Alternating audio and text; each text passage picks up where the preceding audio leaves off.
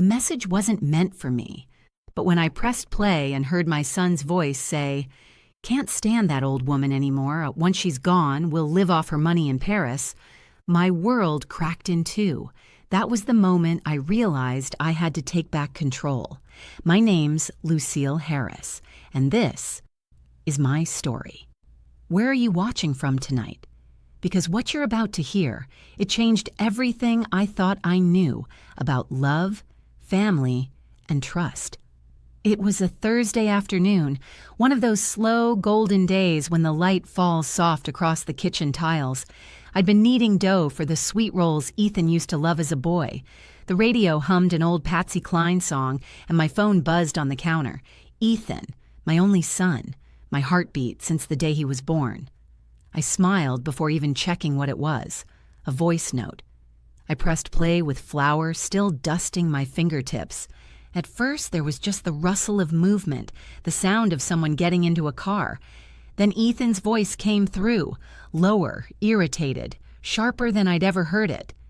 "I can't stand that old woman anymore. Once she's gone, we'll live off her money in Paris. Just hold on a little longer, Mel." I froze.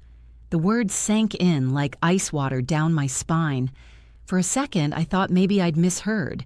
Maybe he was joking. Maybe it was about someone else. But then came her voice. "Melanie, my daughter-in-law. She's never going to change. You're wasting your time being nice. Once it's done, we'll be free." And then the sound of a car door slamming shut. The clip ended. I stood there in my kitchen, the smell of cinnamon and butter fading into something bitter. The dough beneath my hands had gone cold and hard. I replayed the voice note once, then twice, then 3 times. Every time I hoped for some different meaning, some shred of misunderstanding. But there was none.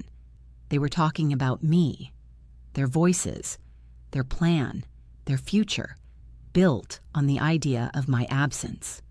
The rest of that afternoon passed like I was underwater. The house felt suddenly too big, too quiet. Even the grandfather clock, ticking steadily by the stairs, seemed to mock me with its calm.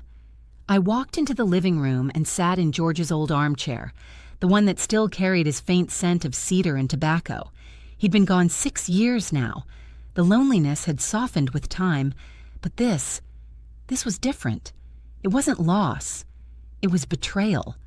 I stared at the framed photo on the mantel. Ethan, maybe 6 years old, grinning in a little blue sweater, his arm wrapped around my neck. I'd worked double shifts to buy him that sweater. The memory hit me like a blow. How does a heart that small grow into something so cold? I tried to call him 3 times, but each call went straight to voicemail. My throat tightened as I heard his recorded message. "Hey, this is Ethan. Leave a message, and I'll get back to you." I hung up before the beep. I didn't even know what I'd say.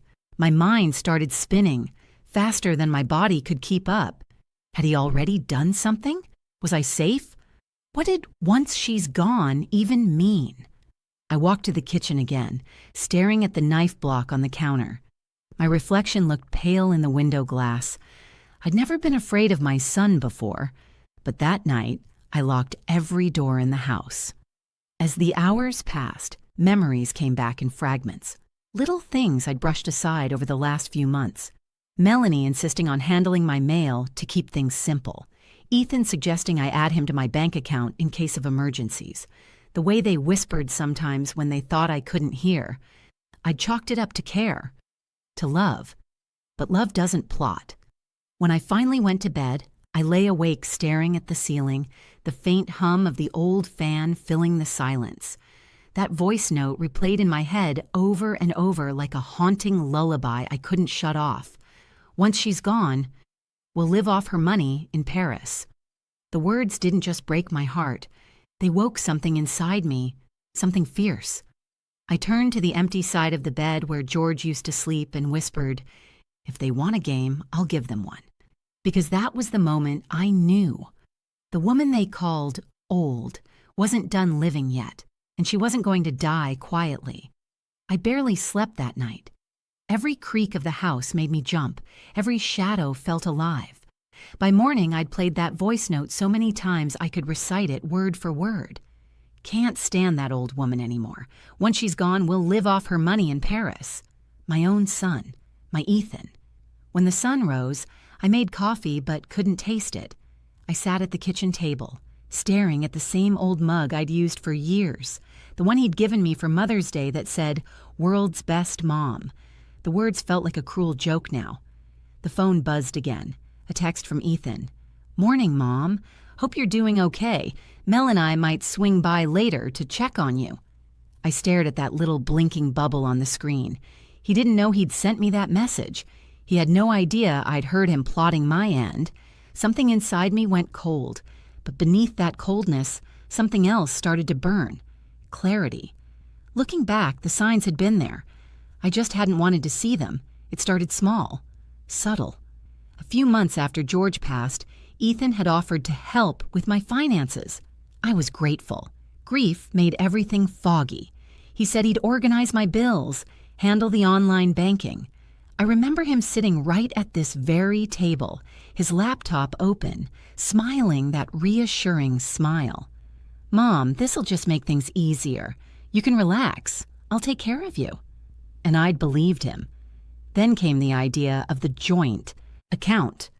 He said it was just for emergencies, so if anything ever happens, I can cover your expenses fast. I'd nodded, thinking it was smart. I never thought to ask what joint really meant until it was too late. Over time, I noticed little things. Mail that stopped showing up. A bill I didn't recognize. A piece of jewelry I couldn't find. Melanie once joked that I was getting forgetful. She said it with a laugh, but the look in her eyes wasn't kind. It was testing, like she was taking notes. That morning, I decided to check everything for myself. I grabbed my old binder, the one where I kept all my account statements.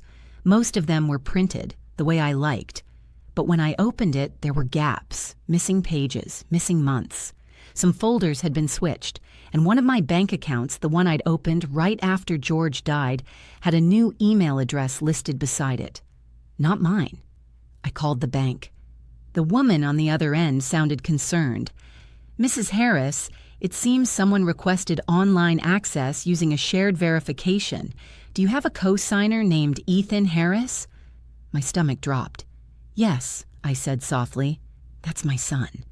She hesitated. "Well, he's listed as an authorized user now. Would you like me to revoke that?" I paused for a long moment. My hands trembled so hard I had to grip the phone with both. "No," I said finally. "Not yet." I hung up. Because I knew then, I couldn't move without knowing exactly how deep this went. That evening, I sat in my garden with my tea, thinking about George. He'd been the careful one, the planner. Always said, "Lucille, never let love blind you to the fine print."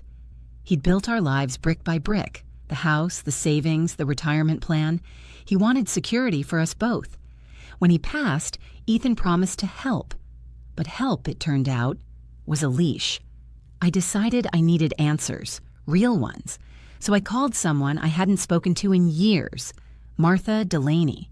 We'd worked together back when I was a secretary at the local law firm. Martha had retired as a paralegal. She'd seen everything, from divorces to embezzlements to family betrayals. When she answered, her voice was raspy but warm. Lucille Harris. Now there's a name I haven't heard in ages. "What's wrong, honey?" I hesitated, then said quietly, "Martha, I think my son's trying to take everything I have." There was a pause. Then, "Meet me tomorrow. Bring everything you've got. We'll find out what's real and what's rotten." That night, I sat at my desk, sorting through the remnants of my life. Bank papers, mortgage files, George's handwritten notes. The more I looked, the clearer it became. Ethan had been moving pieces behind my back for months. My signature copied, my access changed, my independence stolen in small, careful steps. And then a thought struck me like lightning. If Ethan and Melanie had already planned their Paris life, then this wasn't just talk. They were waiting, preparing. Maybe they even thought I wouldn't make it much longer. My eyes drifted to the pill bottles lined up neatly by the nightstand. Heart medicine, blood pressure, sleep aids. A cold chill passed through me. Maybe they were counting on it. I didn't sleep that night either. But this time, I wasn't afraid. I was furious. I sat up, reached for my phone, and scrolled to a name I hadn't dialed in years. My thumb hovered for a moment, then pressed call. When Martha answered, I said only 4 words. "Start the plan, Martha." Because if my own son could betray me for money, then it was time he learned where I really kept it. I met Martha the next morning at a small cafe off Main Street, the same one where we used to grab coffee after work decades ago. She hadn't changed much, still sharp-eyed, still carrying that quiet authority that made lawyers listen even when they didn't want to. She studied me over her cup of black coffee. "You look like a woman who's had the rug pulled out from under her." I managed a brittle smile. "More like the whole floor." I told her everything. The voice note, the bank access, the little manipulations I'd missed. Martha didn't interrupt. She just listened, her expression hardening with each word. When I finished, she leaned back and said, "Well, Lucille, it's clear as day. They're staging a soft takeover. I've seen this before. Family thinks they can move your assets under your nose because you're grieving or getting older." I stared down at my hands, the veins faintly blue against thin skin. "So what do I do?" She smiled, slow and knowing. "You let them think they're winning, but we move everything that matters where they can't touch it." That's when she reminded me of something I'd almost forgotten, the trust George and I created 20 years ago. We'd called it the Harris Legacy Fund. It was meant to protect our assets if anything ever happened, meant to ensure our home, savings, and investments couldn't be taken without my explicit consent. We'd never needed it, until now. Martha explained how it still existed, dormant but alive. All we have to do is move your current assets into that trust, quietly. Once it's done, Ethan and his wife can't touch a dime, no matter what papers they wave in your face. I felt a flicker of hope for the first time in days. "Can we do it without them knowing?" She grinned. "Oh, Lucille, you'd be amazed how invisible an old lady can be when everyone assumes she's helpless." For the next week, we worked in silence. I pretended to be my usual gentle self on the outside, baking pies, tending to my garden, replying to Ethan's texts with little heart emojis. But behind the scenes, every morning I met Martha at her office, signing papers, transferring titles, securing passwords, and locking everything into the trust. We left behind just enough in my visible accounts to make it seem like nothing had changed. Everything else, the savings, property deeds, even the insurance payouts, was now out of reach. I could almost feel George's presence as I signed the final document. "You did good, Lucille," I imagined him saying in that low, steady voice of his. "You're not done yet." The following weekend, Ethan and Melanie came by for lunch. I'd invited them, actually. I wanted to look them in the eyes.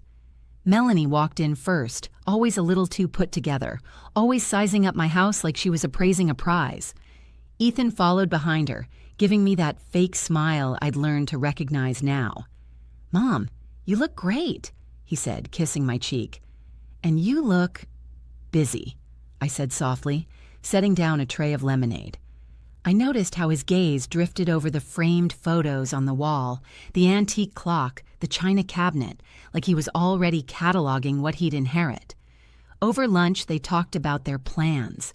Paris this, business that, how expensive life was these days. I listened politely, every word tasting like dust. When Melanie excused herself to take a phone call, Ethan leaned in a little closer. "Mom, I've been thinking. You're alone in this big house. Maybe it's time you sold it? You could move somewhere smaller. I could handle the sale for you. Make it easy." I smiled sweetly, as if his words hadn't just twisted the knife in my chest. "You always were good with details, sweetheart." He chuckled, just trying to help. But behind that calm voice, I could hear it, the quiet calculation. After they left, I went upstairs and opened my bedroom drawer. Inside was a small black notebook, the kind George used to keep his fishing logs in. Now it held copies of every document Martha and I had moved, every transfer, every signature. I wrote a single line on the next page. They think they're the wolves, but the shepherd's still watching. 3 nights later, Melanie called. Her tone was syrupy sweet. "Mom, did you get that call from the bank today?" I hesitated. "No, dear. Should I have?" "Oh, it's probably nothing," she said quickly. "Just some updates to your account preferences. Don't worry, we've got it under control." When she hung up, I sat in the dark staring at the phone. Her words weren't concern. They were confirmation. They knew I was checking things. They were watching me. But I didn't panic. Not this time. I smiled. Because I had already moved the pieces. And when people like Melanie think they're in control, that's when they make mistakes. That night, I placed a single call to Martha. "It's done," I said quietly. "Good," she replied. "Then all we have to do now is wait. Let them tighten their own noose." I hung up, walked to the mirror, and stared at the woman looking back. For the first time in years, she didn't look fragile. She looked like someone who'd just woken up from a long, dangerous dream. I smiled faintly and whispered, "They wanted a fool. They're about to meet a fighter." If there's one thing I learned in 70 years of living, it's that people show their true faces when they think you're no longer paying attention. So I decided to give Ethan and Melanie exactly what they wanted, a distracted, harmless old woman. I started small. When Melanie called to ask if I'd received the bank paperwork, I pretended to sound confused. "Paperwork? Oh, I must have misplaced it, dear. My memory's been slipping lately." There was a pause, then a soft, almost triumphant chuckle. "That's okay, Mom. I'll stop by tomorrow and help you find it." Help. That word had become her favorite disguise. The next day, they came over with smiles too sweet to be real. Melanie carried a casserole dish, the kind she always brought when she wanted something. Ethan followed behind with his laptop bag. "We'll just get you organized, Mom," he said, setting up at the dining table. "You know, simplify things for you." I nodded, playing the part perfectly. I even shuffled my steps a little slower than usual, dropped a few papers here and there. Every mistake I made, they swallowed like bait. Inside, though, I was sharp. I recorded every word they said, literally. A small voice recorder sat beneath the lace runner on my table. Martha had given it to me with a wink. "You're building your story, honey. Make sure it has evidence." As days passed, I let them dig their own grave one polite visit at a time. Melanie began stopping by when Ethan was too busy. She'd linger around the kitchen, pretending to tidy up while glancing through my mail. One afternoon, I caught her red-handed. She was opening a letter from my insurance provider when I stepped into the doorway. "Oh, I thought this was junk mail," she said, smiling nervously. "Junk mail in a government envelope?" I asked softly. She blushed, fumbled for an excuse. I just smiled, took the letter back, and said, "Thank you, dear. It's nice to have such curious help." That night, I wrote the date and her words in my notebook. I'd started calling it the Truth Journal. But pretending to be weak comes with its own cost. Sometimes, late at night, I'd sit on the edge of my bed and feel the weight of it all pressing down. The silence, the loneliness, the ache of knowing my own son saw me as a burden instead of a blessing. I remembered the days when he'd hold my hand crossing the street, when he'd bring me daisies just because. What happens to a heart when it stops recognizing love? Those thoughts hurt more than any scheme or stolen dollar ever could. Still, I couldn't stop now. A few days later, Melanie accidentally left her phone on my counter. I saw it before she could come back for it. It buzzed once, and the screen lit up with a message. "Ethan. Did she sign it yet? Once that's done, we can start packing." I stared at that text for a long moment, my breath trembling. There it was. Their plan in black and white. When she returned minutes later, I handed the phone back with a gentle smile. "You left this, sweetheart." She looked flushed, panicked, almost guilty. "Oh, thank you, Mom. I'm so scatterbrained today." I chuckled softly. We all have our moments.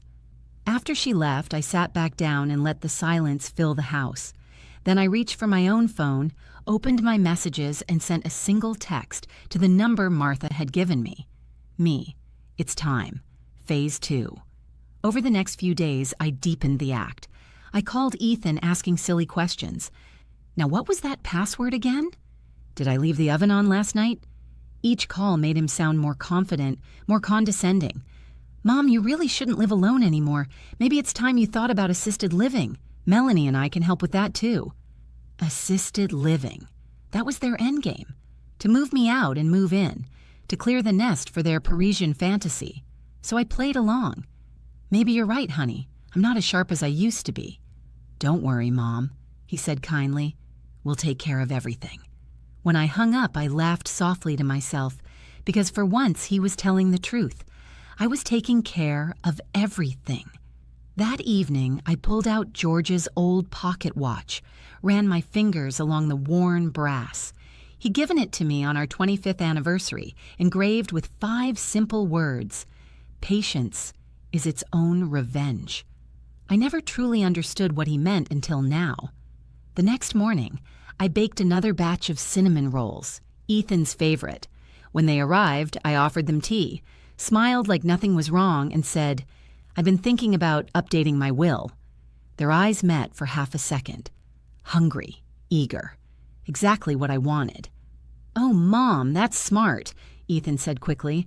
We can help with that, too. I nodded slowly, hiding my satisfaction behind a soft smile. Of course you can, dear. You always know what's best. Inside, my heart was steady, cold, unbreakable. They thought they were writing my ending. They didn't realize I'd already written theirs. It's strange how calm you can feel when you finally accept the truth. By the time I set the trap, I wasn't angry anymore. Just focused, coldly, clearly focused. I knew my son and his wife better than they knew themselves. Their greed had a rhythm now, predictable, like the tide. Push, pull, smile, deceive. And soon they'd be swept out to sea by their own current. 3 days after mentioning my will, I got a call from Melanie. Her voice was honey-sweet, dripping with false concern. Mom, Ethan, and I were talking, and we think it's a great idea to update your will, just to make sure everything's handled smoothly. We can bring over the papers the lawyer drafted last time. You'll just need to sign a few things. Her words were wrapped in comfort, but underneath, I heard the hunger. I agreed without hesitation. That sounds lovely, dear. Let's do it over dinner this Sunday. I'll make roast chicken, the one Ethan likes. I could almost hear her grin through the phone. Perfect, we'll bring dessert. When I hung up, I dialed Martha. They're biting, I said simply. Good, she replied. Make sure to sign with your left hand. I laughed softly. Left hand? Lucille, she said, a signature made by the wrong hand isn't valid under law. It looks real enough to fool them, but it won't hold in court. Let them think they've won. We'll be waiting when they try to cash in. For the first time in weeks, I slept soundly. Sunday came cloaked in sunlight and quiet deceit. I set the table with my best china, the set my mother left me. George's portrait hung above the fireplace, his eyes seeming to watch everything unfold. By 6 o'clock, their car pulled into the driveway. Ethan walked in holding a briefcase. Melanie followed, her smile polished and hollow. Smells amazing, Mom, she said. You shouldn't have gone through all this trouble. Oh, nonsense, I replied cheerfully. It's not every day I get to make things official. That last word made Ethan glance at Melanie. A tiny flicker of excitement crossed his face. He tried to hide it. Failed. Dinner was almost pleasant, if you ignored the undertone of greed that hovered like smoke. Ethan laughed a little too loudly. Melanie complimented my cooking, her eyes darting toward the briefcase on the chair beside her. I played my part flawlessly. Soft voice, gentle hands, the picture of trust. When dessert came, a pie she'd bought, not baked, Melanie finally brought up the real reason they'd come. Mom, before we forget, we brought those papers. It's mostly just confirming beneficiaries, nothing complicated. Ethan chimed in quickly. It's all standard legal stuff, Mom. You'll be fine. I smiled as I dabbed my lips with a napkin. Of course, dear. I trust you both completely. Those words, so easily spoken, felt like loading a gun. They cleared the plates, then opened the briefcase. Ethan laid out the papers across the table, neatly arranged like a vulture spreading its wings. "Right here, Mom," he said, pointing to the last page. "Just sign at the bottom." I took the pen in my left hand, pretending to struggle.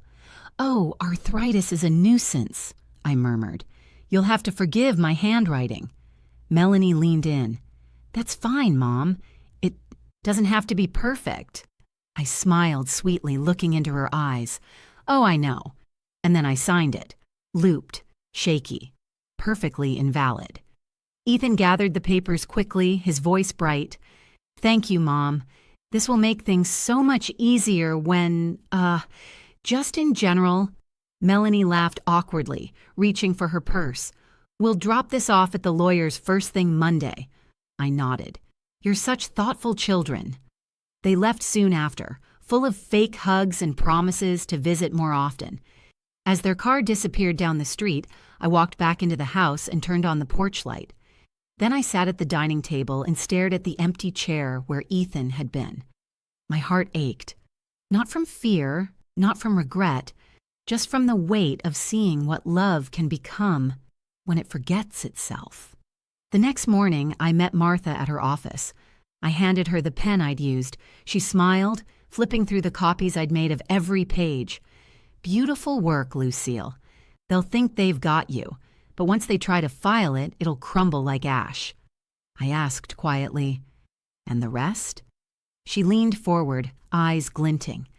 "We wait. They'll make their move soon. People like them always do. And when they do, we'll have every piece of proof we need." That night, the house felt calm again. The moonlight poured through the curtains like silver silk. For the first time in weeks, I played George's old records and let the music fill the air. Maybe revenge wasn't always loud. Maybe sometimes it was just a well-laid silence, the kind that lets your enemies walk right into it. I closed my eyes, took a deep breath, and whispered to the night, "Let's see what they do next." 8 months. That's how long it's been since I pressed play on that voice note, the one that shattered the illusion of family and forced me to rebuild from the rubble. 8 months since I looked my own son in the eye and realized love can curdle into greed if left unchecked. People ask me sometimes if I regret what I did. The answer is complicated, because justice isn't clean, it's heavy. It costs you pieces of yourself, even when you win. But as I sit here now, with the morning sun warming my porch and my garden humming with life, I know I'd do it all again. The roses are blooming brighter than ever this year. I like to think George would have been proud. He always said the earth knows when you're finally at peace, and it blooms to match your heart. The house is quiet now, not the haunted silence of before. This is a peaceful quiet, the kind that feels earned. Every morning I make my tea the same way. 2 sugars, no milk, old habits, steady and grounding. Some days I still find myself glancing at the doorway, half expecting Ethan to walk in with his boyish grin and say, "Morning, Mom." But that boy's long gone. What's left is a man I don't recognize. Someone who traded love for entitlement. He sent me 1 letter after the court hearing. Apologies, explanations, the word sorry written 7 times in shaky handwriting. I read it once, folded it neatly, placed it in my desk drawer. Not out of forgiveness, but because I needed proof that once upon a time, I raised a man who still knew shame. He didn't go to prison. The judge said he was deeply remorseful and gave him community service instead. Now he spends his days at the same church where I used to volunteer. Martha tells me he mops the floors quietly, barely talks to anyone. I don't take pleasure in it, but I don't feel pity either. Some lessons have to be lived, not told. As for Melanie, she vanished not long after. Rumor says she moved out of state chasing another man, another life. I hope wherever she is, she's learned that money doesn't buy peace. It just pays for a louder kind of emptiness. For a while, I drifted. You'd think victory would taste sweet, but the truth is it's bittersweet. When the adrenaline fades, you're left with silence and the echoes of what used to be. I'd sit in my garden some evenings, the wind chimes swaying softly, and feel both grateful and hollow.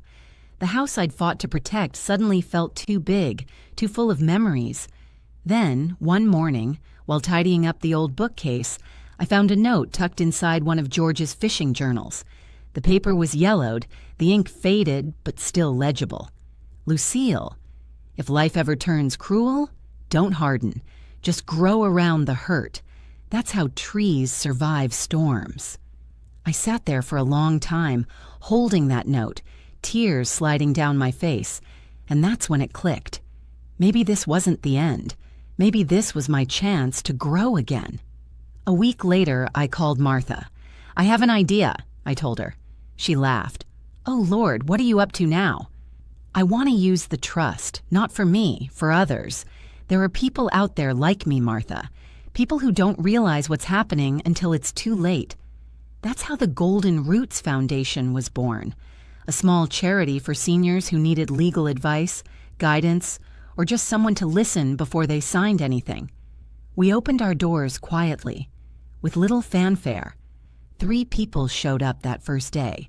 A widower whose daughter was pushing him to sell his farm, a retired nurse who'd lost access to her pension after her son changed her email credentials, a woman who just wanted to understand her will before her niece helped her rewrite it.